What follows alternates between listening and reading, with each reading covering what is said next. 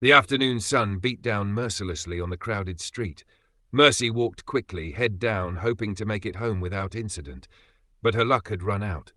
Well, well, well, look who we have here. Mercy's blood ran cold. She knew that voice. She looked up to see Caroline blocking her path, arms crossed, a cruel smile on her lips. "Caroline, please," Mercy said quietly. "I don't want any trouble today." "Oh, you don't want trouble?" Caroline laughed harshly. "Too bad, because trouble is exactly what you're getting." People began to gather, drawn by Caroline's loud voice. Some pulled out their phones. They knew what was coming.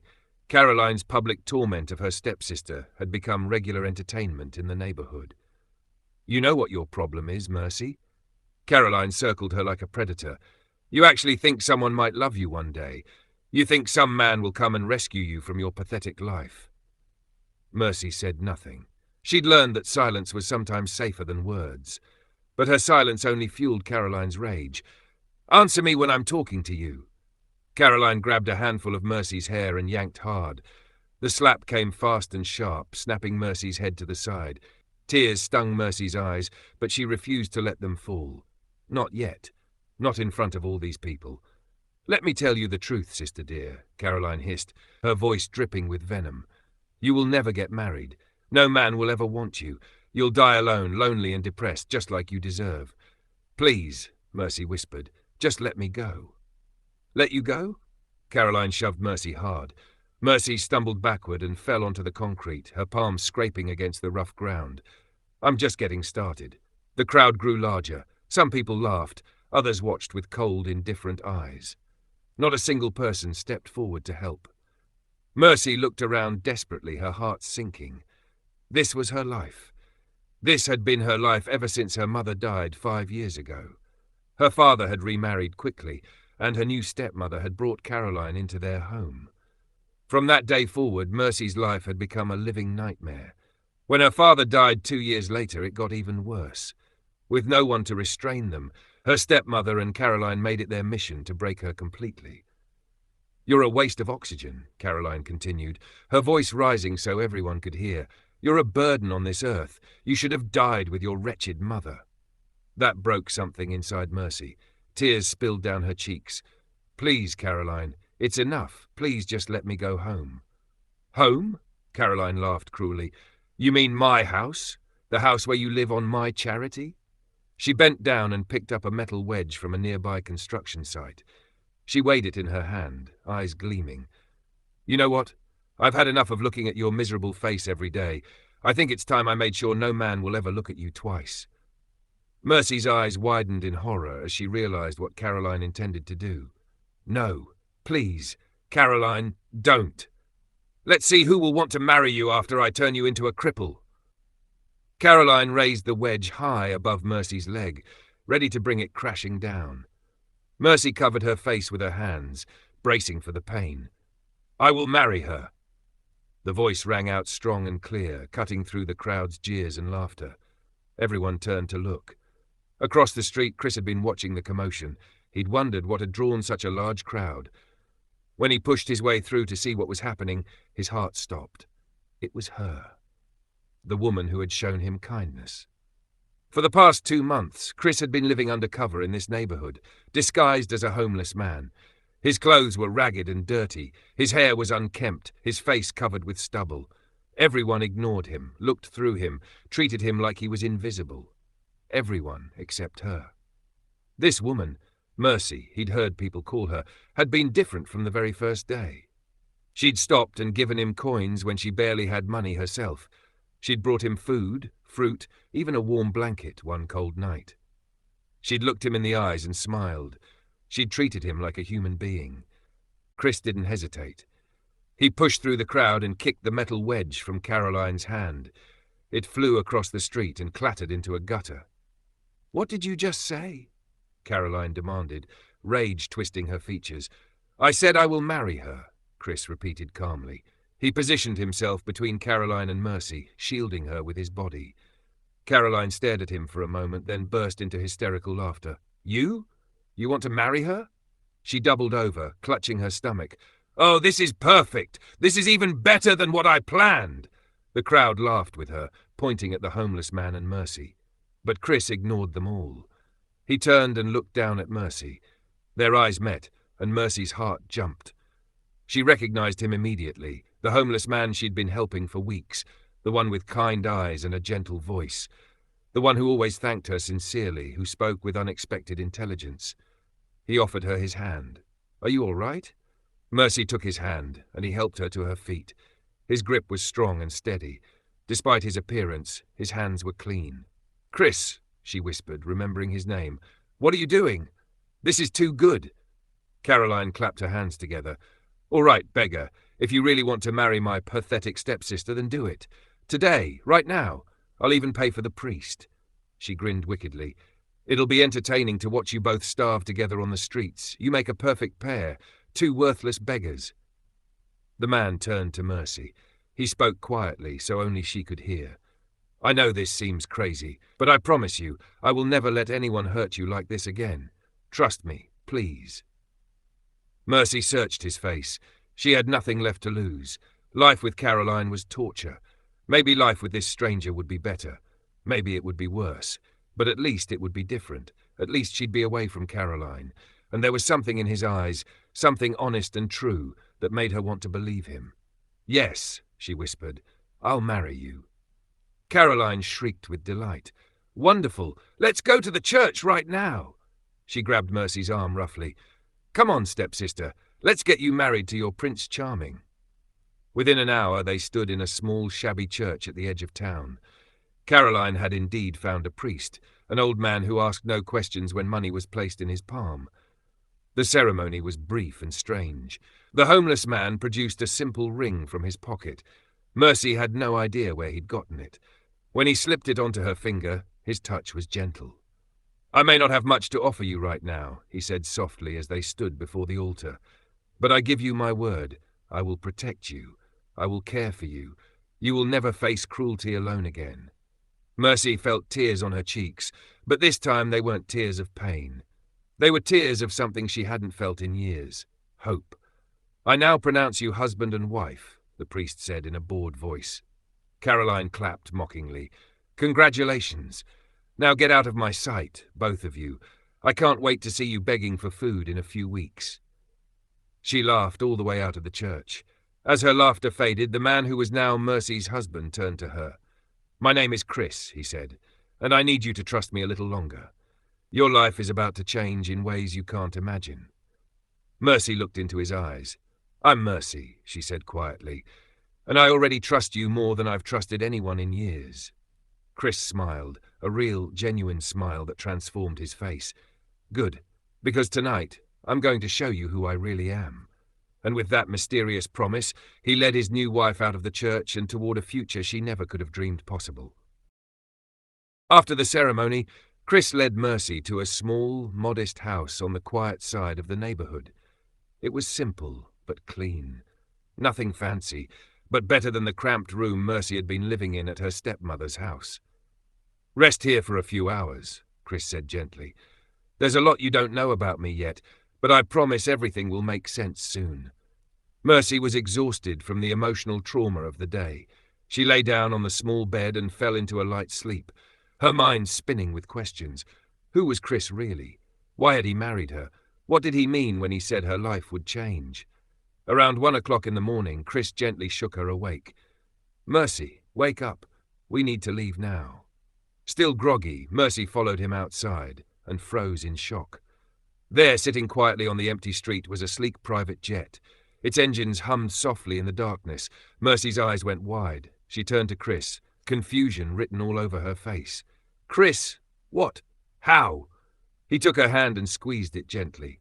"Trust me, I'll explain everything soon. Please, just come with me." Her head was spinning, but something in his eyes made her nod. They boarded the jet, and Mercy sank into a leather seat softer than any bed she'd ever slept in. As the jet lifted into the night sky, she watched the city lights disappear below them. The flight seemed to last forever and no time at all. Mercy couldn't sleep. She kept stealing glances at Chris, who sat calmly across from her. He'd cleaned up a bit, washed his face and hands, and even in his ragged clothes she could see there was something different about him, something she'd missed before. Finally, as dawn began to break, the jet descended. They landed on a private airstrip surrounded by rolling green hills and gardens that seemed to stretch forever. When the jet door opened, Mercy stepped out and gasped. Before her stood a mansion so grand it looked like a palace. Uniformed staff lined the pathway, and as Chris walked past them, they all bowed. "Welcome home, sir," they said respectfully. Mercy's legs felt weak. She looked at Chris, her mind struggling to understand what was happening. He smiled gently and took her hand. "Come, let me show you your new home." They walked through massive doors into an entrance hall with marble floors and crystal chandeliers. Mercy had never seen such beauty. Every room they passed was more magnificent than the last. Finally, Chris led her to a bedroom suite that was larger than her entire former house. "This is our room," he said softly. "Take your time. Get comfortable. There are fresh clothes in the closet, and you can take a bath if you'd like. I'll wait for you downstairs." When Chris left, Mercy just stood there, staring around in disbelief. She walked into the bathroom and found a tub big enough to swim in. She opened the closet and found it full of beautiful clothes in her size. She took a long bath, washing away the dirt and pain of the day. She put on a soft, comfortable dress that fit perfectly. When she looked at herself in the mirror, she barely recognized the woman staring back at her. Finally, she went downstairs. Chris was waiting in a beautiful sitting room. He'd changed too. He wore clean, expensive-looking clothes and his hair was washed and neatly styled. He looked like a completely different person. "Please sit," he said, gesturing to a comfortable chair. "I owe you an explanation." Mercy sat down, her heart pounding. Chris took a deep breath. "My full name is Christopher Edwards. I'm not a homeless man, Mercy. I'm a billionaire.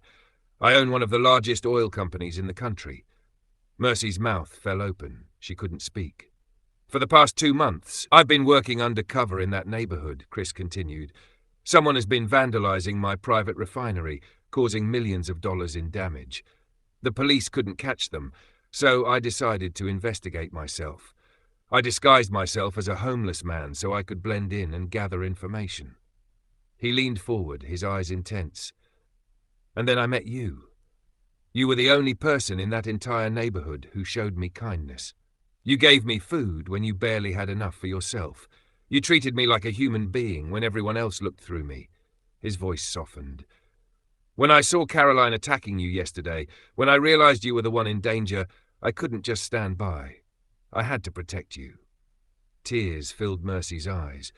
"But why marry me? You could have just helped me get away from her." "Because the mission isn't over yet," Chris said seriously. "I'm close to identifying the criminals, which means I'm in a dangerous position. I needed to bring you somewhere safe. But more than that." He reached over and took her hand. "I didn't want to leave you behind. You showed me kindness when you had every reason to be bitter and angry at the world. That told me everything I needed to know about who you are." Mercy couldn't hold back her tears anymore. For the first time in 5 years, they were tears of hope. "This is all real," Chris said gently. "This is your home now. You're safe. No one will ever hurt you again." Mercy spent the rest of the morning exploring her new home, still unable to believe it was real. Every time she touched something, the soft curtains, the beautiful furniture, the luxury she'd only seen in magazines, she expected to wake up and find herself back in her stepmother's house. But it wasn't a dream. It was real. That afternoon, Chris found her standing by a window, looking out at the gardens. "Tomorrow," he said gently, "I want you to meet my parents. They live about an hour from here, and I've already told them about you. They're very eager to meet their new daughter-in-law." Mercy's heart jumped with nervousness. "What if they don't like me?" Chris smiled and took her hand. "They're going to love you. Trust me." The next morning, Mercy woke early. A team of maids came to help her prepare. They ran a bath with sweet-smelling oils. A professional stylist arrived with racks of beautiful designer clothes. They selected an elegant navy blue dress that fit Mercy perfectly. It was simple but sophisticated, making her look like royalty. The stylist worked on her hair, creating soft, beautiful waves that framed her face. A makeup artist applied subtle makeup that made her natural beauty shine. When Mercy looked in the mirror, she couldn't believe what she saw. The sad, broken girl from the neighborhood had disappeared. In her place stood a confident, beautiful woman. She walked down the grand staircase carefully, still getting used to the elegant heels. Chris was waiting at the bottom, and when he looked up and saw her, he froze. "Mercy," he breathed. "You look absolutely beautiful." She blushed. "Thank you. You look very handsome yourself." Chris wore an expensive tailored suit that made him look every bit the billionaire he was. It was hard to believe this was the same man who'd worn ragged clothes just 2 days ago. Outside, Mercy gasped again. Lined up in the driveway was a convoy of luxury cars, sleek black vehicles that gleamed in the morning sun. Drivers stood at attention, waiting. "This is how we'll travel to my parents' estate," Chris explained, seeing her shocked expression. He helped her into the middle car, and they settled into seats softer than clouds. As the convoy began moving, Mercy stared out the window. They drove through beautiful countryside, passing rolling hills and estates that looked like palaces. She still couldn't quite believe this was her life now. "Are you nervous?" Chris asked, taking her hand. "Terrified," Mercy admitted. "What if I say the wrong thing? What if I use the wrong fork at dinner? I don't know how to act around wealthy people." "Just be yourself," Chris said warmly. "That's all they want to see. The real you, the kind, compassionate woman who helped a stranger when she had nothing to give." After an hour's drive, they arrived at another magnificent estate. If Chris's home was impressive, his parents' home was breathtaking. It looked like something from a fairy tale, a sprawling mansion with gardens that seemed to go on forever. Margaret and Thomas Edwards were waiting at the entrance. They'd been eager to meet their son's mysterious wife ever since Chris had called to tell them he'd gotten married. They'd tried for years to match him with suitable women, daughters of their friends, successful businesswomen, even a few celebrities. Chris had politely declined them all, insisting he'd marry only for love, not convenience. Now they understood why he'd waited. When Mercy stepped out of the car, Margaret gasped softly. The young woman before her was absolutely beautiful, but it wasn't her physical beauty that caught Margaret's attention. It was the gentle kindness in her eyes, the humble way she carried herself despite the elegant clothes. "Mom, Dad," Chris said, his voice full of warmth. "This is Mercy, my wife." Margaret rushed forward and embraced Mercy tightly. "Welcome, my dear. Welcome to our family." Thomas came over with a broad smile. "We're so happy to meet you, Mercy. Chris has told us wonderful things about you." They led them inside to a beautiful dining room where lunch had been prepared. As they ate, Margaret and Thomas asked Mercy about herself. They were warm and encouraging, making her feel comfortable despite her nervousness. "How did you and Chris meet?" Margaret asked with interest. Mercy glanced at Chris, unsure how much to say. He nodded, giving her permission to tell the truth. I didn't know who he really was," Mercy said quietly. "He was undercover, disguised as a homeless man. I tried to help him when I could. I brought him food, gave him what little money I had. I didn't do it because I wanted anything in return. I did it because—" She paused, her voice catching. "Because I know what it feels like to suffer, to feel invisible, to feel like no one cares if you live or die." Margaret's eyes filled with tears. She reached across the table and took Mercy's hand. Encouraged by their kindness, Mercy found herself telling them everything. About her mother's death, her father's remarriage, the years of abuse from her stepmother and stepsister Caroline. She told them about the public humiliations, the daily cruelty, the loneliness and despair. By the time she finished, both Margaret and Thomas had tears streaming down their faces. "You showed kind when the world showed you cruelty," Thomas said, his voice thick with emotion. "That takes incredible strength of character." "Chris is our only child," Margaret said, pulling Mercy into another embrace. "But today he's brought us a daughter. You're part of our family now, Mercy, and we promise to love you and protect you the way your parents would have wanted." Mercy couldn't hold back her tears. For the first time since her mother had died 5 years ago, she felt truly loved. She had a family again. They spent the rest of the day together, talking and laughing. Chris's parents shared stories about his childhood, and Mercy found herself relaxing completely, feeling like she truly belonged. As the sun began to set, Thomas raised his glass. "To Mercy, the daughter we never knew we were waiting for. and to Chris for having the wisdom to recognize true treasure when he found it. They all raised their glasses, and as Mercy looked around at these people who had welcomed her with such open hearts, she realized her life had truly changed forever. The nightmare was over. A beautiful new dream was just beginning. 2 days after meeting his parents, Chris called Mercy into his study. "I need to make a public announcement," he said, "about our marriage. The media has been asking questions, and I want to control the story before rumors start spreading." Mercy's stomach fluttered with nerves. "You mean, tell everyone?" "Yes, a press conference." Chris took her hand. "I know it's scary, but I'll be right beside you the entire time. You don't have to say anything if you don't want to. Just stand with me and let them see how beautiful and wonderful you are." The press conference was held at the grand ballroom of a luxury hotel. Reporters packed the room, cameras flashing continuously. Chris stood at the podium, looking confident and powerful in his tailored suit. Mercy stood beside him in an elegant emerald dress, her hand in his. "Thank you all for coming," Chris began. "I've called you here today to share some wonderful personal news. I'd like to introduce you to my wife, Mercy Edwards." The room exploded with noise. Cameras flashed like lightning. Reporters shouted questions all at once. "Mr. Edwards, when did you get married? Where did you meet? Mrs. Edwards, can you tell us about yourself?" Chris raised his hand for silence. "We were married 3 days ago. My wife is a remarkable woman, and I'm blessed to have her in my life. That's all I'll be sharing today. Thank you." He led Mercy off the stage as reporters continued shouting questions. Within an hour, the news had spread everywhere. It was on every television channel, every news website, every social media platform. "Billionaire Christopher Edwards marries mysterious woman," the headlines screamed. Everyone in the country was talking about it. Bloggers and commentators went wild with speculation. Some claimed Mercy was a foreign princess. Others insisted she came from old money. No one could believe that a man like Chris Edwards had married an ordinary woman. Back in the old neighborhood, Caroline had gone to Mercy's house the day after the wedding, ready to mock and torment. But the house was empty. "She's run away with that beggar," Caroline had laughed to her friends. "They probably can't even afford food. She'll come crawling back soon enough, and I'll be waiting."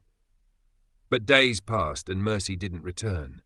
Then, on the 3rd day, Caroline was lounging at home when her boyfriend Sanny burst through the door. His eyes were wide with shock. "Caroline, turn on the TV, now!" "What's wrong with you?" Caroline snapped, but she grabbed the remote. The news was on. And there, standing beside billionaire Christopher Edwards, looking absolutely stunning in designer clothes, was Mercy. Caroline's face went pale, then red, then white again. "No," she whispered. "No, no, no, this can't be real." "That's your stepsister, isn't it?" Sanny asked. "And that homeless man she married, he's Christopher Edwards. He's one of the richest men in the country." "This is impossible," Caroline screamed. She threw the remote at the television. "That stupid girl doesn't deserve this. She should be suffering. She should be miserable." She began pacing frantically, pulling at her hair. "I was supposed to win. She was supposed to live a horrible life while I succeeded." Sanny watched nervously as Caroline spiraled into rage. He'd never seen her like this. "There must be something I can do," Caroline muttered, her eyes wild. "Some way to ruin this for her. Some way to destroy her happiness." Caroline collapsed on the couch, crying angry tears. Sanny sat beside her awkwardly, unsure what to say. He hated seeing her this upset. After a few minutes of watching Caroline sob, Sanny cleared his throat. "Caroline, there might be something you should know. About Christopher Edwards." Caroline looked up, her eyes red and swollen. "What?" "He's the same man I've been doing jobs against," Sanny said quietly. "Christopher Edwards owns the refinery that Chief Didi pays me to vandalize." Caroline sat up straight, her tears stopping instantly. "What did you just say?"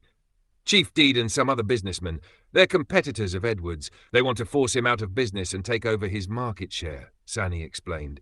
"So they hire me and my crew to vandalize his private refinery. We've hit it 5 or 6 times now. We cause damage, destroy equipment, cost him money. The goal is to frustrate him until he gives up and sells." A slow, wicked smile spread across Caroline's face. "This is perfect. This is absolutely perfect." "What do you mean?" Sani asked nervously. It means fate has given me exactly what I need, Caroline said, her voice cold and calculating. Next time you go on one of these missions, I'm coming with you. Caroline, no. These jobs are dangerous. I don't care about danger, Caroline snapped. I want revenge. That girl stole the life that should have been mine. She didn't steal anything, Sani said carefully. She just got lucky. Lucky? Caroline's voice rose to a shriek. She doesn't deserve luck. She deserves to suffer, and if you truly love me, Sani, you'll help me make that happen. Sani looked at his girlfriend's twisted expression and felt a chill run down his spine, but he was too weak to refuse her. All right, he said quietly. When Chief Didi calls for the next job, I'll take you with me. And you'll do exactly what I tell you to do, Caroline added. What are you planning? Caroline's smile was vicious. Wait and see. I'm going to hurt Mercy and her husband badly, in the worst way possible. Caroline, don't you think that's going too far? Do you love me or not? Caroline demanded. Sani hesitated, then nodded. I love you. Then you'll help me. Caroline stood up and looked at the frozen image of Mercy on the television screen. Enjoy your happiness while it lasts, dear stepsister. I'm going to take it all away from you, and this time I won't stop until you're destroyed completely. While Caroline plotted her revenge, Mercy was discovering a happiness she'd never imagined possible. She and Chris spent every day together, talking for hours, learning about each other. Chris told her about his childhood, his dreams, his business. Mercy shared her own stories, the happy memories of her mother, the pain of losing her father, the dreams she'd had to abandon. And somewhere along the way, gratitude turned into affection. Affection turned into something deeper. One evening, they were sitting in the garden watching the sunset. Chris took Mercy's hand. I know our marriage started in an unusual way, he said softly, but Mercy, I want you to know I'm falling in love with you. Truly, deeply in love. Mercy's heart soared. I'm falling in love with you too, she whispered. I never thought I could feel this happy, this safe, this loved. Chris pulled her close and kissed her, and in that moment, their marriage became real in every way that mattered. As the days passed, Chris noticed how intelligent Mercy was. She understood complex ideas quickly. She asked insightful questions. She had creative solutions to problems. I want you to work with me, Chris said one morning. Come to the company. I'll start you in a junior position, but I think you'll excel. Mercy was nervous but excited. She'd never had a real job before. But Chris believed in her, and that gave her confidence. She proved him right. Within weeks, Mercy had mastered her role and was helping with bigger projects. The other employees respected her intelligence and kindness. Chris's business partners were impressed by her sharp mind and natural diplomacy. Your wife is extraordinary, one of his partners told Chris. You're a lucky man. I know, Chris said, watching Mercy across the room as she confidently presented an idea. Believe me, I know. His life had never been better. He had the woman he loved by his side, his business was thriving, and his undercover mission was finally yielding results. He was close to identifying the vandals who'd been attacking his refinery. Everything seemed perfect, but neither Chris nor Mercy knew that danger was brewing. Caroline's jealousy and hatred were growing stronger every day, and she was planning something terrible. The storm was coming. 3 months had passed since Chris and Mercy's wedding. 3 months of pure happiness. They had fallen deeply in love, and Mercy had blossomed in her new life. She was thriving at the company, proving herself brilliant and capable. Chris was the happiest he'd ever been. But on the other side of the country, jealousy consumed Caroline. She spent her days watching the news, scrolling through social media, seeing photos of Mercy looking beautiful and successful. Each image was like a knife twisting in her heart. The rage never left her. Every night she went to sleep thinking of revenge. Every morning she woke up plotting destruction. One evening, Sani burst through her door, his face flushed with excitement. Caroline! We're about to strike Chris's refinery again. Chief D just contacted me. He paused, looking at her expectantly. So what's this grand plan you keep talking about? Caroline's eyes gleamed with malicious satisfaction. She'd been waiting for this moment. You've been carrying out these attacks too cautiously. That's why Chris is still in business. This time, I want you to destroy everything. Leave nothing standing. Sani's face went pale. Caroline, that's extreme. The competitors just want to frustrate him out of business gradually. They've never told me to go that far." "Then you're all fools," Caroline snapped, standing up and pacing like a caged animal. "That's why he always bounces back. You hit him, he recovers. You damage his equipment, he buys new equipment. If you'd wrecked him completely the first time, he'd be finished by now. But no, you've been playing games, doing half measures." Sani stared at her, both fascinated and frightened by the intensity in her eyes. "You're an evil genius." Caroline smiled coldly. "Don't tell Chief Deed what I'm planning," she commanded. "Those men don't have the courage to do what's necessary. That's why they keep sending you on these pathetic little pranks instead of finishing the job. Do exactly as I say. They'll thank you later when Edwards is completely destroyed." She laughed, a sharp, cruel sound. "And I'll finally have the satisfaction of seeing that foolish girl Mercy back on the streets where she belongs. Better yet, maybe she won't survive at all." The viciousness in her voice made Sani shiver, but he was too deeply under her spell to refuse. He nodded slowly. 3 days. Be ready." Caroline's smile widened. "Oh, I'll be ready. I've been ready for months." 3 days later, on the morning of the planned attack, Chris received an urgent call from his Arab business associates. They needed to meet immediately about a crucial oil contract, one worth millions of dollars. The timing was terrible, but the deal was too important to postpone.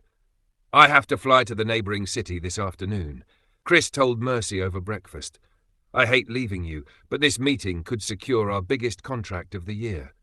Mercy smiled and squeezed his hand. "It's only for 1 day. I'll be fine. I have plenty of work to keep me busy." But as Chris prepared for his trip, he felt strange, uneasy. There was a tightness in his chest, a nagging sense that something was wrong. He couldn't explain it, couldn't point to any rational reason for the feeling. But it was there, persistent and growing. He tried to shake it off as he boarded his private jet. "I'm just being overprotective," he told himself. "I hate being away from Mercy, even for a day." The meeting started at 2 o'clock. Chris tried to focus on the presentations, the contract terms, the negotiations. But his mind kept wandering back to Mercy. The uneasy feeling wouldn't go away.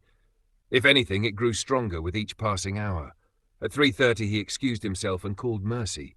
"How are you? Is everything okay?" "I'm fine, darling," Mercy said, laughing at his concern. "I'm just working in my office. Stop worrying." But Chris couldn't stop worrying. He returned to the meeting, but his concentration was shattered. At 4 o'clock he called again. At 5:30 he called a third time. "Chris, really, I'm perfectly fine," Mercy assured him. "Focus on your meeting. I miss you, but I'm safe." At 6 o'clock, Chris called one last time. Mercy told him she was finishing up some paperwork and would head home soon. He didn't mention that he was already planning to leave early. He didn't want to alarm her with his irrational anxiety. But after hanging up, the feeling intensified. A voice in his head kept repeating, "Something is wrong. Something is very wrong." Finally, at 6:30, Chris stood up in the middle of a crucial presentation. "Gentlemen, I apologize, but something urgent requires my immediate attention. I need to leave."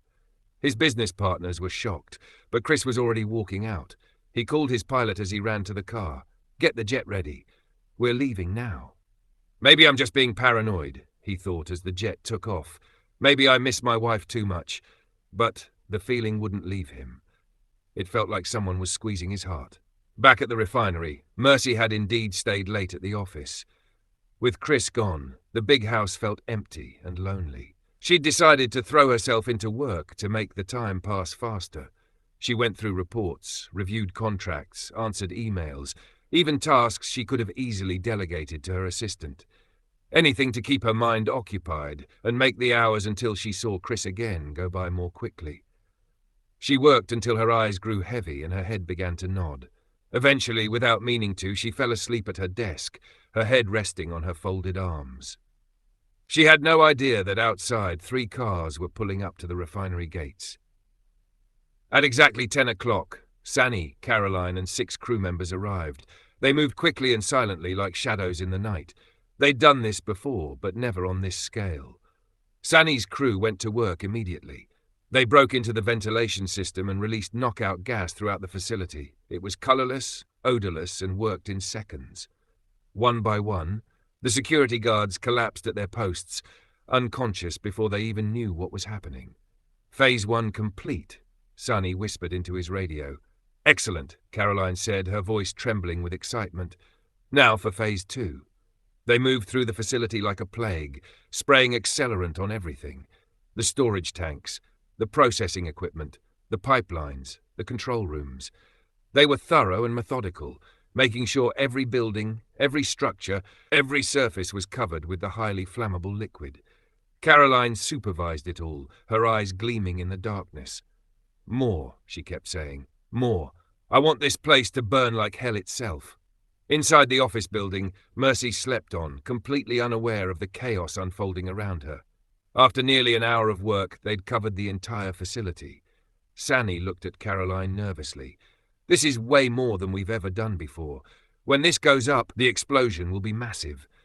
We need to be far away when we light it. I know, Caroline said, almost purring with satisfaction. That's exactly what I want.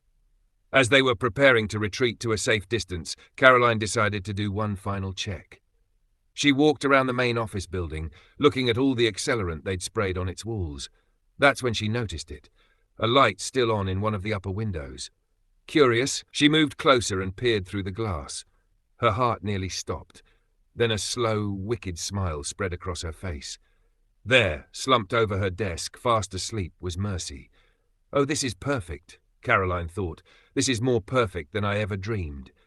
She moved to the building's main entrance and quietly tried the door. It opened easily. Mercy hadn't locked it from the inside. Caroline slipped in silently, moving past Mercy's office like a ghost. Then she went back outside and locked the heavy main door from the outside, using the external bolt. She pocketed the key. Even if she wakes up, Caroline thought with savage glee, she won't be able to get out. She'll be trapped inside when the flames come. She'll burn alive, and everyone will think it was just a tragic accident. She returned to Sanny, barely able to contain her excitement. The accelerant is ready? Yes, we just need to light it from a distance. This place is so covered, it's basically a giant bomb now. Caroline's smile widened. Give me the honor of lighting the fire. I want to do it myself. They retreated to a safe distance, nearly a quarter-mile away. They'd set up a trail of accelerant that led from the facility to their position. All Caroline had to do was drop a match.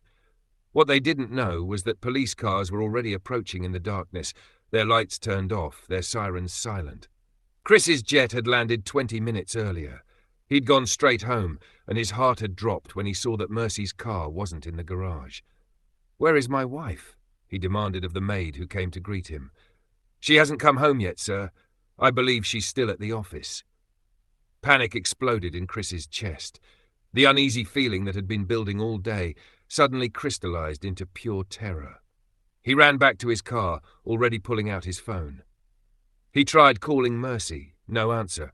Her phone went straight to voicemail. She'd forgotten to charge it. He called security at company headquarters. "Is my wife still in her office?" "We don't have visual confirmation, sir. Would you like us to check?" "Yes, now." While he waited, he tried calling the chief security officer at the refinery.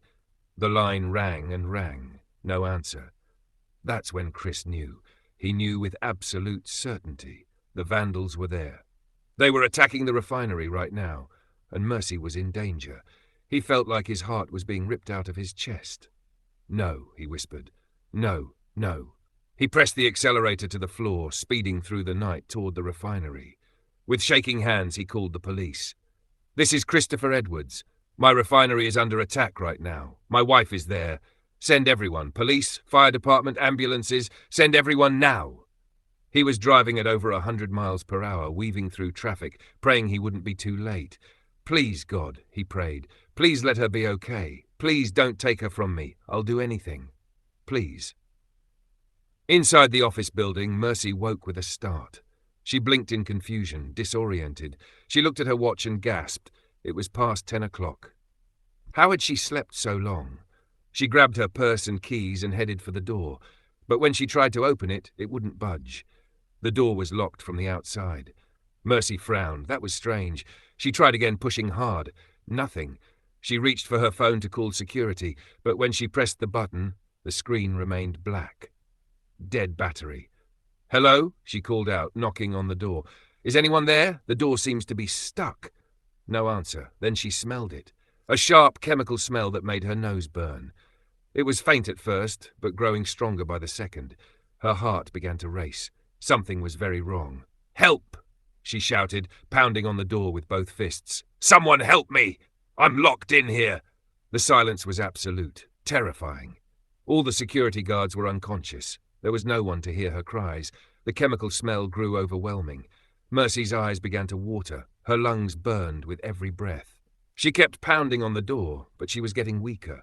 Her vision started to blur. Her legs felt like they couldn't hold her weight. "Chris," she whispered, tears streaming down her face. "Chris, help me." Outside, Caroline stood with the lighter in her hand, savouring the moment. "This is for everything, Mercy," she whispered. "For being happy when you should have suffered. For stealing the life that should have been mine. Goodbye, dear stepsister." She bent down to light the trail of accelerant. Then blinding lights flooded the area. "Freeze! Police! Hands in the air!" Police cars surrounded them from every direction, appearing as if from nowhere. Caroline screamed in frustration. Sani and his crew tried to run, but there were police everywhere. Within minutes, they were all on the ground in handcuffs. "No!" Caroline shrieked. "No! Let me go! I was so close." At that exact moment, Chris's car came screeching around the corner. He leaped out before it even fully stopped and sprinted toward the office building. "My wife is in there," he shouted, "the main office building." Police officers ran with him. When they reached the main door and found it locked from the outside, Chris felt his soul leave his body. "Break it down," he screamed. "Now!" 3 officers joined him, and together they threw their weight against the door. Once, twice. On the 3rd attempt, the door splintered and burst open. Chris ran inside, shouting Mercy's name. He found her collapsed on the floor near her office, unconscious. She'd fallen and struck her head on the corner of a desk. Blood trickled from a cut on her forehead. "No, no, no, Mercy, please." Chris dropped to his knees beside her, his hands trembling as he checked for a pulse. It was there. Weak, but there. "Mercy, wake up. Please wake up. I'm here now." Paramedics rushed in with a stretcher and medical equipment. They quickly assessed her condition and began treating her. "She's been exposed to chemical fumes," one of them said. "We need to get her oxygen immediately." As they loaded Mercy onto the stretcher, Chris held her hand, refusing to let go even as they wheeled her toward the ambulance. Outside, the sky had opened up. Heavy rain poured down, washing accelerant away and eliminating any danger of explosion. The fire department moved in to secure the facility. In the ambulance, Chris sat beside Mercy, still holding her hand, watching the oxygen mask fog with each shallow breath she took. "Please be okay," he whispered, tears streaming down his face. "Please, Mercy. I can't lose you. I love you too much. You're my whole... Please don't leave me." Behind them, Caroline, Sani, and their entire crew were being loaded into police cars. Caroline was still screaming, her carefully planned revenge crumbling into failure. But Chris didn't even glance at them. Nothing else mattered. Not the refinery, not the arrest, not the destruction that had almost happened. All that mattered was the woman lying unconscious beside him. His wife, his love, his everything. "Stay with me, Mercy," he whispered, bringing her hand to his lips. "Please stay with me." The ambulance raced through the rain-soaked streets, sirens wailing. Inside, Chris sat frozen, his eyes locked on Mercy's pale face. The paramedics worked quickly, checking her vital signs, adjusting the oxygen mask, treating the cut on her forehead. "Is she going to be okay?" Chris asked, his voice breaking. "Please tell me she's going to be okay." "Her vitals are stabilizing," one paramedic said. "The oxygen is helping, but we need to get her to the hospital for a full evaluation." Chris squeezed Mercy's hand tighter. "I'm here, my love. I'm right here. You're going to be fine. You have to be fine." The hospital emergency room was ready when they arrived. Doctors and nurses swarmed around Mercy's stretcher, wheeling her quickly into an examination room. Chris tried to follow, but a nurse gently stopped him. "Sir, please wait here. The doctors need space to work. We'll update you as soon as we can." Chris stood in the hallway, his expensive suit still reeking of accelerant, his hands shaking. He'd never felt so helpless in his entire life. Minutes felt like hours. He paced back and forth, praying, bargaining with God, making promises he intended to keep. Finally, a doctor emerged. Chris rushed toward him. How is she? The doctor smiled. Your wife is going to be fine, Mr. Edwards. She has a minor concussion from the fall and a few stitches on her forehead. The chemical exposure caused some respiratory irritation, but her lungs are clear and responding well to treatment. She's awake and asking for you. Chris nearly collapsed with relief. Can I see her? Of course. Room 3. Chris ran down the hallway and burst into the room. Mercy was sitting up in bed, looking pale and tired, but very much alive. When she saw him, tears filled her eyes. Chris, she whispered. He was at her side in an instant, pulling her into his arms as gently as he could. I thought I'd lost you, he said, his voice choked with emotion. When I found you on that floor, I thought... He couldn't finish the sentence. I'm okay, Mercy said softly, holding him tight. You saved me. You came for me. I'll always come for you, Chris said fiercely. Always. I love you more than my own life. They held each other for a long moment, both crying tears of relief and gratitude. I'm so sorry, Chris said finally. This is all my fault. My enemies, my business. They almost cost you your life. Stop, Mercy said firmly, cupping his face in her hands. This wasn't your fault. Chris kissed her forehead gently, careful of her injury. You're too good for me. No, Mercy smiled. We're perfect for each other. Over the next few days, while Mercy recovered in the hospital, the full story emerged. At the police station, under intense interrogation, Sonny broke first. He confessed everything, the multiple attacks on the refinery, Chief Deed's involvement, the names of all the business partners who'd been paying for the sabotage. He explained how Caroline had pushed for this final, destructive attack, how she'd wanted to burn everything down. Caroline, for her part, showed no remorse. When questioned, she smiled coldly. That girl stole everything that should have been mine. She deserved to burn. Her confession was recorded. Her hatred was documented. Her fate was sealed. Chief Deedy and his 3 business partners were arrested within 48 hours. They tried to claim ignorance, tried to distance themselves from the attack, but the evidence was overwhelming. Sonny's testimony, phone records, money transfers, it all pointed to their guilt. The trial was swift. The evidence was damning. The sentences were severe.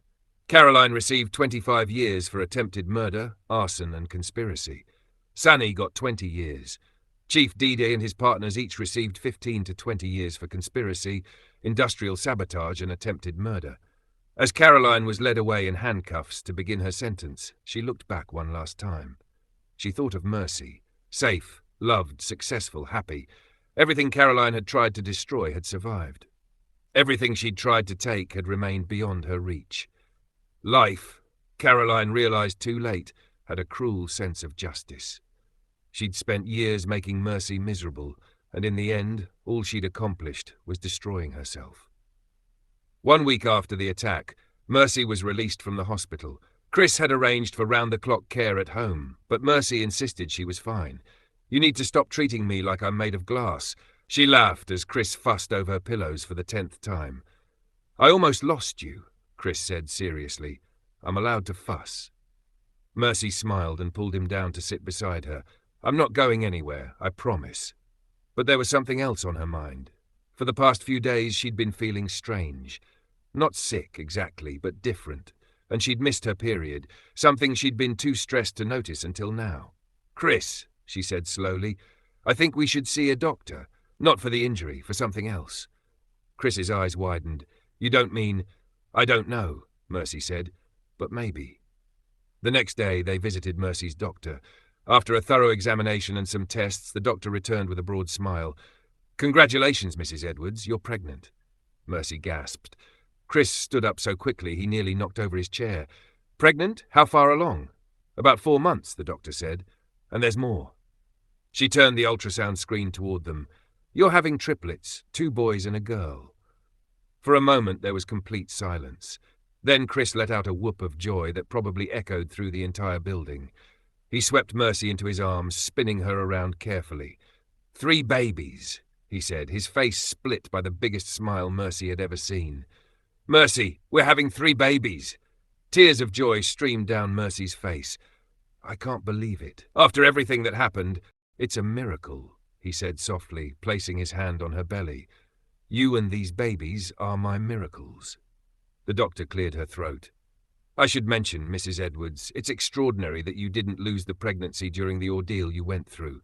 The stress, the chemical exposure, the fall. It's remarkable that all 3 babies are healthy and developing normally. They're fighters, Chris said proudly, just like their mother. The pregnancy was closely monitored, but everything progressed beautifully. Chris was overprotective to the point of absurdity, but Mercy found it endearing. He hired the best obstetricians, baby-proofed the entire mansion, and read every book about parenting he could find. His parents were ecstatic about becoming grandparents, ×3. Margaret couldn't stop knitting tiny clothes. Thomas started building a state-of-the-art nursery. 5 months later, Mercy gave birth to 3 healthy babies. They named the boys David and Daniel, and the girl Grace, because Grace had brought them all together. Chris held his daughter and looked at his wife, the woman who had entered his life, broken and scared, who had shown him kindness when she had every reason to be bitter, who had become his partner, his love, and now the mother of his children. "You've given me everything," he said softly, tears in his eyes. "You've made me happier than I ever dreamed possible." "We found each other when we both needed it most," Mercy replied, gazing at their 3 beautiful babies. "That's not luck, Chris. That's destiny. That's grace." Their life together was more beautiful than either had dared to imagine. Chris's business thrived. Their children grew healthy and loved, surrounded by family and joy. Sometimes Mercy would think back to that terrible day when Caroline had tried to cripple her, when a seemingly homeless man had stepped forward and changed everything. She thought about how close she'd come to death in that locked office, how easily things could have ended differently. But they hadn't. Against all odds, she'd found love, family, purpose, and joy beyond measure. Meanwhile, in a prison cell hundreds of miles away, Caroline counted the days. 25 years stretched before her like an endless desert. Through the prison grapevine, she heard about Mercy's life, the successful business partnership, the 3 children, the happiness. Each piece of news was like a knife twisting in her heart. She'd tried to destroy Mercy and had only destroyed herself. She'd tried to condemn Mercy to a life of suffering and had only secured her own. The irony was almost poetic. In the end, Caroline's cruelty had been her own undoing. She'd pushed Mercy toward the very happiness she'd tried to destroy.